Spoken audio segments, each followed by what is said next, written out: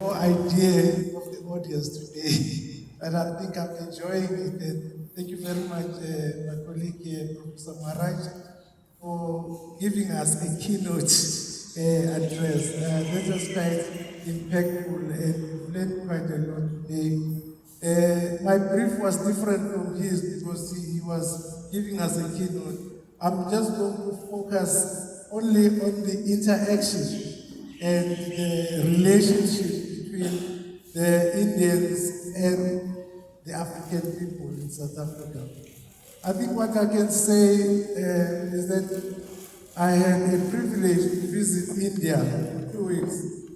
And I went to New Delhi, Mumbai,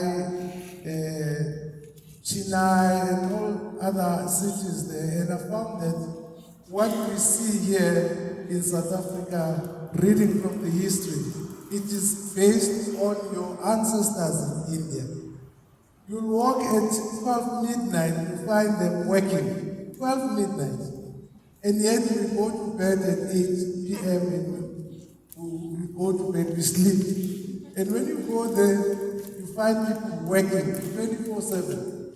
And what impressed me was the fact that if you don't have a hooter, just stay at home. I'm sure most of you who have visited India will realize that they drive with the hooter. Papa, papa, papa. And first day I was there, I was seated in front with the driver. But when we got back, I asked to sit at the back because the way they drive, they will face the oncoming traffic. And I've realized that what is good about the Indian community is that you always make a plan. You pronounce it yourself, we'll make a plan. We'll make a plan. You always make a plan and your plans always come right. So as I was listening to Professor Maharaj, I thought that the key thing is that we all belong to a human race. Fortunately, we share the same color. But what is important is that we belong to one race.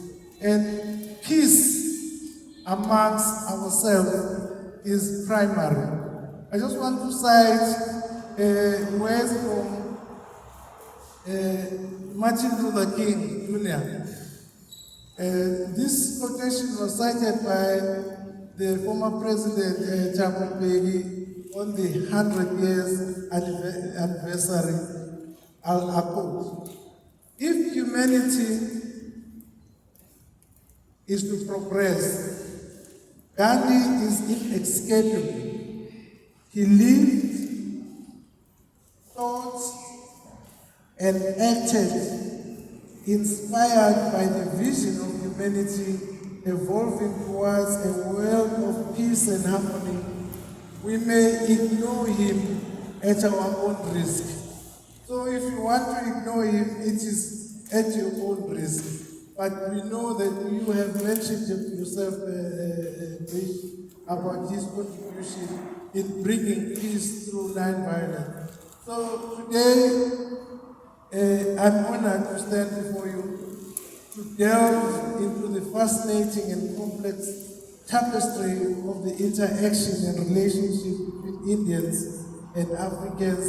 I was given the period from 1860 to 1911. So I'm not touching anything beyond 1911. So I'll restrict my presentation. It's not a keynote address, but it's a talk and a presentation. Our exploration will take us through a significant period in history, tracing the threads that wove together these two vibrant communities, shaping a narrative that is both enriching and enlightening. This was a time of significant historical shifts, marked by economic upheaval, colonial expansion, and the intricate dance of cultures in the crucible of a changing world. So 1860 was a mark of bringing diversity in this part of Africa.